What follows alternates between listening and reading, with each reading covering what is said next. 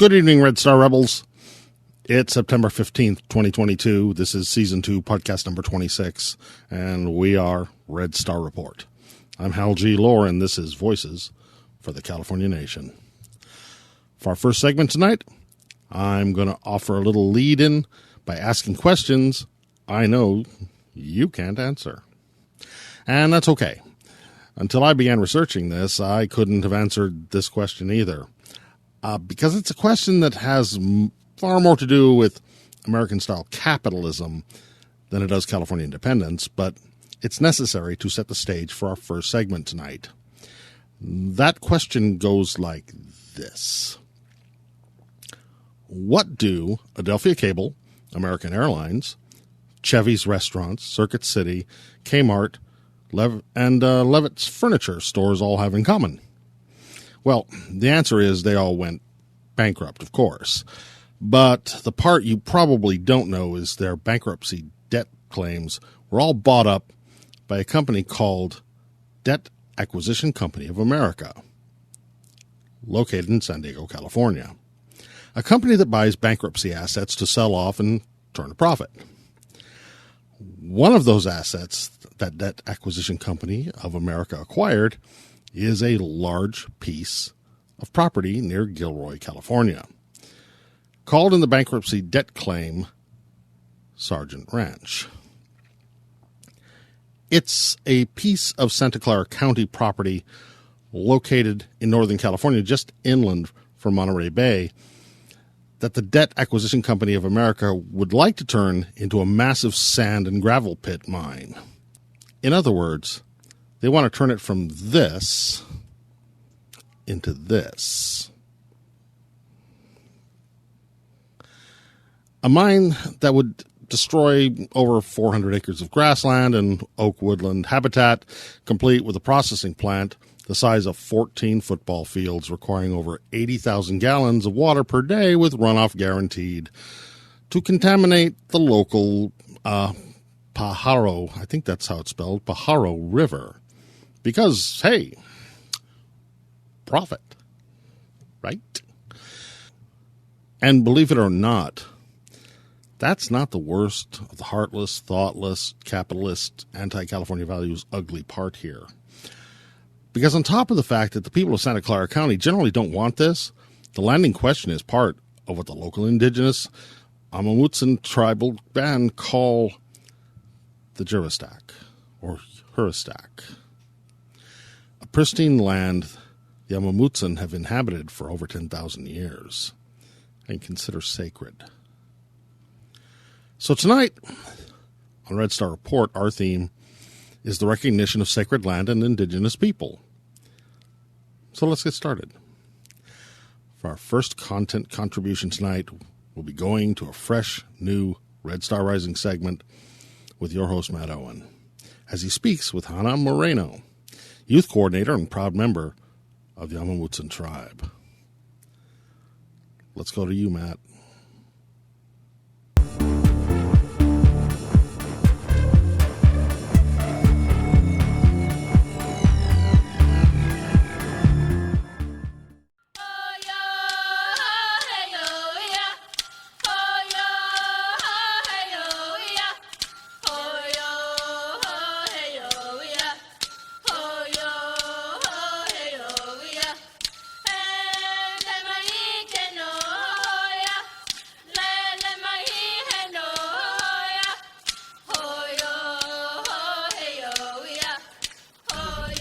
Hi everyone, my name is Hannah Moreno. I am a tribal member as well as part of the youth group.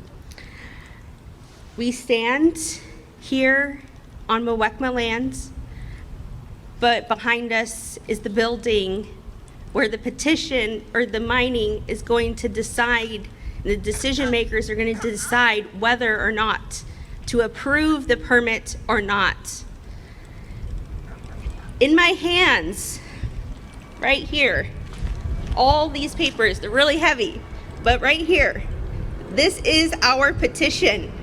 All of your support, everyone from here, you all helped us get these signatures. So thank you.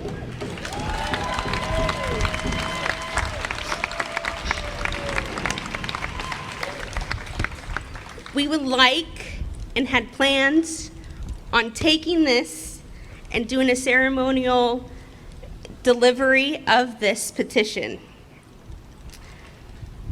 today. However, after many phone calls and emails to the county and the county board, they are not accepting our petition at this time, which is really disheartening and another sign of oppression on Indigenous people.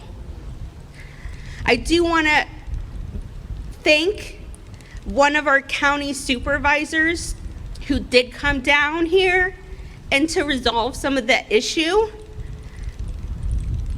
But I do want to acknowledge the oppression and how this government is still oppressing us and trying to erase us.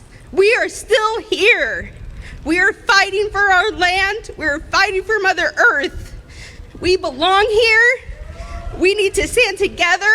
All of this is all of our work together. And we would like to go ahead and deliver it on our terms, not theirs. Hi, I'm Matt Owen from Red Star Report, Voices for the California Nation. Many Indigenous nations, such as yours, the Amah Mutsen. And could you tell us what's going on here today? Yeah, I'm Hannah Moreno, a tribal band member of the Amah Mutsen tribe. Today we're here at Protect Juristac rally to protect one of our sacred sites in the Gilroy, kind of Santa Cruz Mountains at the end of it right now. So what's happening to the sacred site? Or are you that is to say you're defending against happening? Yeah, so we're opposing mining that is proposed right now at Juristac. They're trying to do mining there, and they would excavate the land and destroy it. It's really important for us to protect Mother Nature and Mother Earth, so no destruction of plants, animals, any living things, in protection. So that's what we're here to all in solidarity to protect this land. And if you could briefly tell the viewers where we are. We are in front of the Santa Clara County building right now.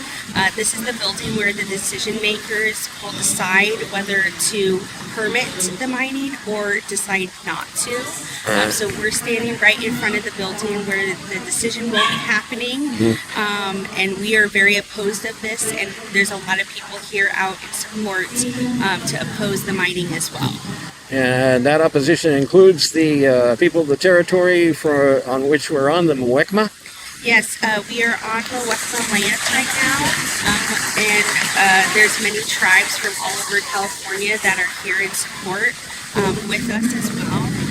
There's also environmental groups, there's also religious groups, human rights groups as well in support of opposing the mining. Ironic, isn't it? That you're here in front of the offices of a settler colonial government, when in fact it is your people who actually have the jurisdiction and have always had the jurisdiction. Correct. Over the sacred land. Yes, so it's quite conflicting feeling being out in an area that is very colonialism and has a system of oppression here. It's very frustrating when they try to limit things for us here, and it just isn't more destruction, I feel like, that they're taking away from all of us, when it's really not theirs. It's Mother Earth's. It is everyone's to share and not anyone's to control. And so we're trying to bring back, hopefully be able to go back to the land and steward it one day, and it to be there for our spirituality and cultural significance, moving on into the future for many generations.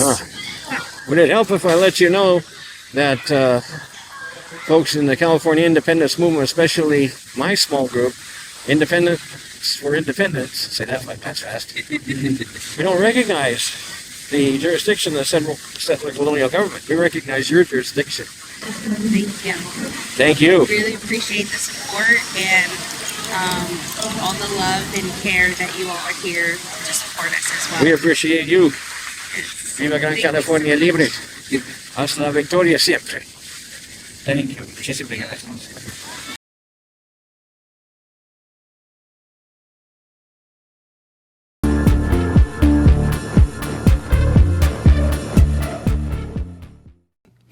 Thank you, Matt. That was Matt Owen with Red Star Rising. For more information on the Amah Mutsen tribal band and the fight to protect their sacred lands, go to protectjuristac.org. That's protectjuristac.org. But if you want to get involved, you better do it quick, because public debate on the future of the Jurassic ends September 26th. So go get them, Red Star Rebels.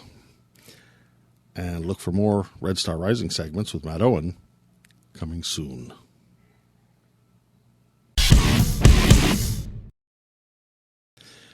Continuing with our theme of recognition of sacred land and indigenous people, we have a new installment of our California Origins segments. Tonight's segment, hosted by Shankar Singham, takes us to the grand reopening of the San Gabriel mission that was damaged by arson back in July 2020. An event where we get to meet up with some local tribal leadership with varying degrees of success, but we also get to see Tribal Chief Andy Salas and the Kizh Nation of Gabrielino Band of Mission Indians again.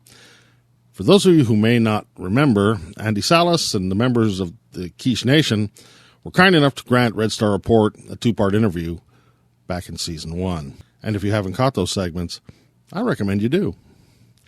Very knowledgeable, very in-depth, rich in history, including the documentation, and it's well worth it. But for tonight, let's go to Mission San Gabriel. Take it away, Shankar.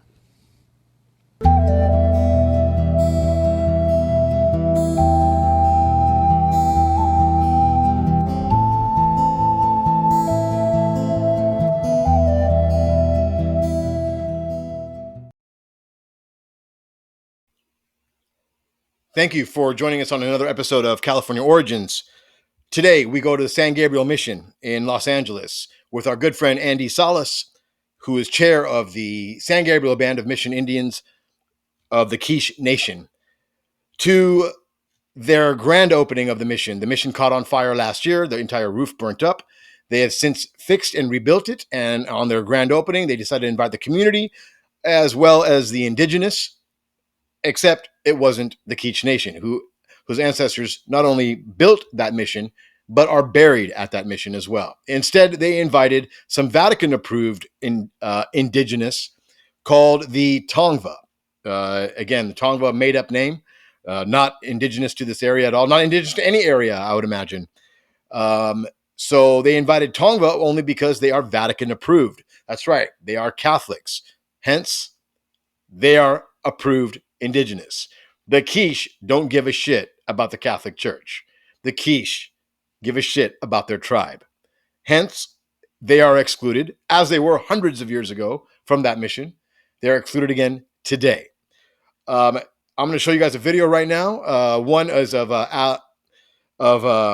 Andy explaining the history of the mission, his family, how his great-great-great-grandfather led a revolt. It was beaten and subsequently given land right there. All the burial spots all throughout the surrounding the mission. In fact, all of the missions in California, all the way from San Francisco, all the way down, the Presidio, all the way down to La Purísima in Central Coast, San Gabriel here, San Juan Capistrano, all the way down to San Diego. All of these missions had one goal in mind, and that was to colonize and genocide and breed them out. That's a fact that they try to keep hiding. That's a fact that the Vatican tries to hide at this mission repeatedly, and every mission that's located here. Now, some of them do start hinting towards the violence and atrocities committed to indigenous, but come on, let's just the minute we accept what happened here to the indigenous, this is when we can really just get over this and move past this and heal ourselves. But the more that we deny these atrocities, it's just bad, folks. It's just really bad. So who do we have here is, after Andy explains a little history about the mission, I confront Anthony Morales, who is the chief of the Tongva people there. I ask him about the history of the Tongva and where all the burial spots are. You'll watch this video, you're going to get a kick out of it. He didn't know squat, of course. And then, of course, him and his entourage ran from me as well. Folks, that's, again, the Vatican. These are Vatican-approved tribes, meaning these people are Catholics, and if they're claiming to be indigenous, so be it, they're indigenous, regardless of what the facts or the records even say, which is what Andy has. Facts, records, right? But enough talking about this. You guys take a look at the video.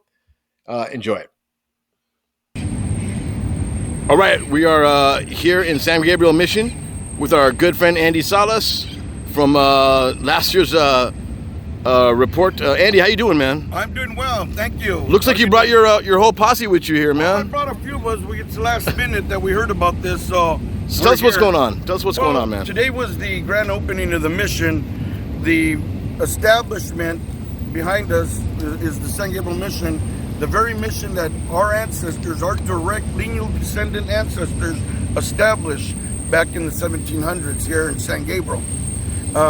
We got wind of they were having somewhat of a grand opening ceremony, but again, they failed to acknowledge the construction workers that built that mission behind us. So we're here to just be a part of this grand opening. We're not, Why is it a grand opening, man? Why was it closed down? Was it closed? It was closed. It was down because it was burnt. It caught on fire about a year ago. Or a few years ago, it caught on fire, and they remodeled and did what they had to do here. But we're not so concerned about celebrating the grand opening. We're more concerned of why aren't they celebrating the indigenous people the recognition that constructed that mission. Right. That's why we're here today. Andy, is someone, you mentioned someone was buried, or one of your ancestors is buried here? I have my my great-great-grandfather, along with our family's grandparents, great-great-grandparents, they actually uprised here in 1785. Our direct lineal grandfather, Nicholas Joseph, who led a revolt here with Torperina. It happened here at the San Gabriel Mission. But as the Spanish arrived here, we became part of the Spanish, the mixed culture. Sure.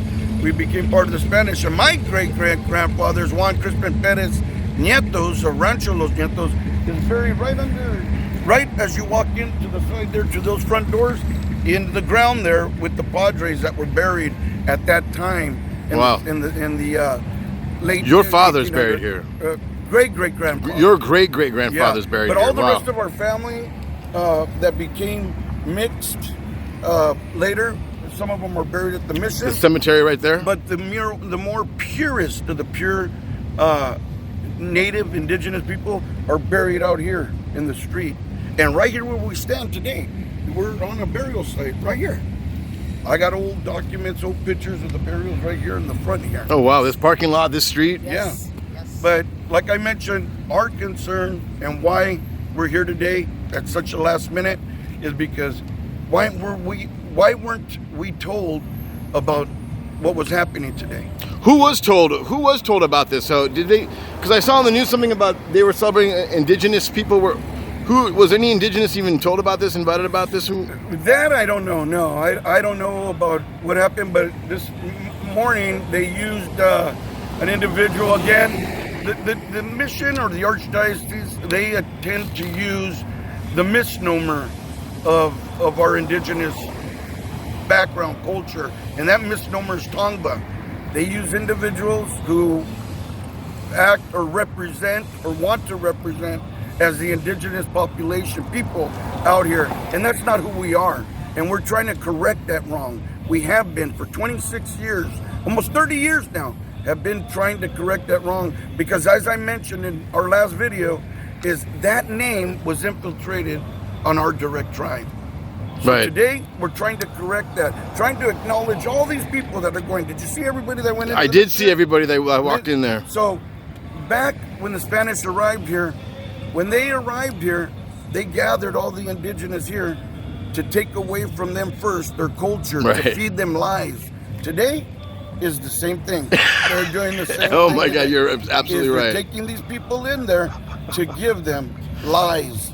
So that's why we're here, to acknowledge anybody that would like to know the truth about the indigenous, which are the Kizh Gabrielino. which are the Kizh Gabrielino. Who's next to you right here? Just This introduce is my yourself. sister. I'm Hello. vice chairman. I'm vice chairman of our tribe, the Kizh Gabrielino. I'm very proud This of is it. Michael. a cousin. Michael. This is my cousin Albert Acuna, Richard, Armando, and there's a few other ones that are scattered around, walking around, but I want to ask her real quick. Who did you see when you were here? Because you were here before Andy was. Did you see anybody out here? Did you see? You can mention names. You can say whoever you want. You can say. Well, I It's a just mentioned douchebag our name. people. We have more, powers and numbers, I know, but we found about this last minute, so I saw who I saw here, and I thank them very much for coming. A lot of them come a long way. I did see the other Tongva people up there with the priests and all, but I'm sorry for laughing, dude. You just can't help but laugh when you say that word because I it's don't such. know, I It's don't know how else to say it other than the people that the fakers, are the trying to pretendians. trying to claim the history here, and they are not. Who do you have a picture of right there? Here I have a picture of my grandmother, Josephine Beres Salas, and my father, Oh yeah. with our chief Recognize him, Ernie. Martinez Albert was Salas. here earlier. They're both passed away, but Albert Acuna was here earlier. He could tell you what he saw. Albert, who did you see here, man? Who did you see? You can drop names. You can say what if you want. You can call them pretendians because we don't care over here. We want the truth. Just the Morales tribe. The Morales tribe, Anthony Morales, Yeah, Anthony Morales. the big guy. yes. Kind of sounds like he's drunk a little bit. Yeah, other than that, I didn't recognize anybody. Just him. Just Did he have his necklace of the necklace thing that he had something on. I don't really pay too much attention to what he's wearing. So you were just telling me right now, 1785, your great grandfather that led the revolt is buried right here, and then what else did you know when they were building this railroad right here that's going across here? What was going on with that? Well, I was involved in the corridor here of lowering the railroad here, and when I got involved, they already had representation out here that were claiming to be the indigenous. But I was out here, and I was hired as a consultant to give them the history as the project went. And when I got into about this area in the middle there, I asked the engineers and everybody if they knew what was out there, and they said, "What do you mean what's out there?" And I go, "But a mass grave that's out there." And they said, "No, we don't. We got an archaeologist and we got engineers and everything, and nobody has documents on." I said, "Yeah, there's a mass grave there in the middle of the street." And I said, "Hold on, let me go grab my father so you could hear from him." My father came out. We even Native American Heritage Commission. We told them about it. So the project thought that we were causing a problem. So the project called the PD, San Gabriel Police Department, where we got escorted off the site. Oh wow! Because we were hired consultants telling them to avoid these burial sites, letting them know that, hey, you got to stay away from there. But because of our actions and telling them, they thought we were creating problems for them. So shortly after that, a week later, in the middle of the street, over 150 human remains were found in a pit that were buried there, just as we told them. And this is all through oral history Wow. that we provided. But they failed to accept our oral history at that time, and they went ahead and destroyed half of the sites of there. But it was a mass grave. Yeah. Anthony Morales. Mr. President, I got a quick question for you. What is the history of the Tongva people? Where's the origin of the words come from, sir? The word of the Tongva? Yes, sir. Well, that's kind of right now. That used to be our ancestral name before the Spanish named us Gabrielino. I see. We were called the Tongva people until we got, Christianized, missionized, and it became the Gabrielino. But Tongva was the original name. And where exactly did the Tongva stay? Where was their land at? This is our area right here. This is the land right here? Our village, yeah. And do you know where all the burial spots are? Do you know if they were buried anywhere around here? Or I mean, there's a cemetery right behind you, so. What about the ground that we're standing on right now? I'm assuming this is a burial ground. What about the land over there by the railroad tracks? Well, that was mission land at one time. Do you know about it being a burial ground also? Not that I know. No. Yeah, there's actually a thing that was a burial ground. This is a burial ground. This whole parking lot was a burial ground at one point. Yes, the whole grounds. Wait on, sir. Thank you very much for your interview, sir. Hey, guys. How you guys doing? You guys want to... Hey, how you doing, ma'am? Hi, who are you? My name is Shankar. I'm with Red Star Report. Oh, okay, great. Are you a Tongva or? Yes. What's your name, ma'am? Mona Mona. What's your last name? Morales. Mona Morales. Great to meet you, Mona. Nice to meet Are you you. Tongva as well? Of course. Really? And so I'm just curious as to your lineage going back. I'm curious about your interest in being here. Can you share a little bit about yourself? Yeah, actually, I've done a little bit of history here on the history of this mission here, and it seems like there was another band of natives that were here that actually know what happened to this land, that actually provided me with the history of this land and why. That's how I know that this is a burial ground, that railroad tracks were a burial ground. You know more than you do, but thank you. Do you know who this woman is?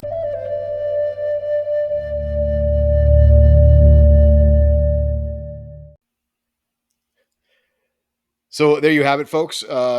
I will try my best every time to try to find the truth out. And in speaking of the truth, Proposition 27, I just want to say one small thing about that real quick. Look, folks, it doesn't matter which way you vote. The casinos, the Morongos, Pachangas, the Yamavas, they're all going to make out on top regardless of how you vote. So it doesn't matter yes or no. None of the money's going to the homeless. None of the money's going to go for drug abuse or anything like that. It's all bullshit. It's going to help the casinos out regardless. Okay. Red Star contributor David Gregory is going to go more into detail about that coming up here soon. And he'll give you the lowdown and the background information on that. Okay. That's all I got for you. Thank you very much for watching California Origins.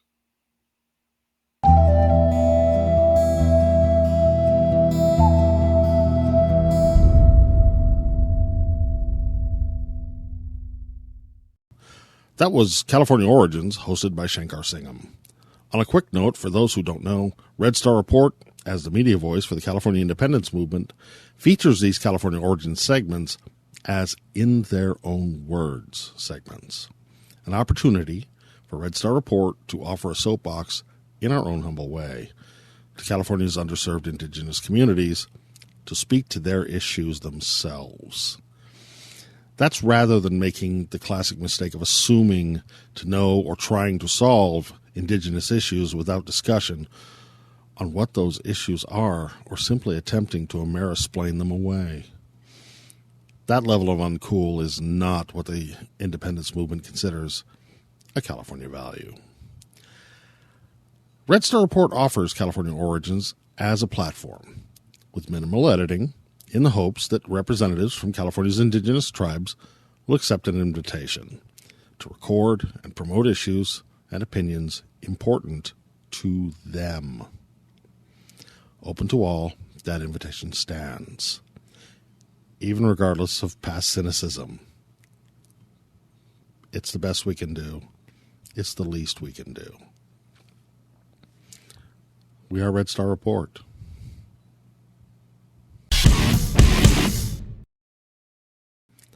That's it for this week.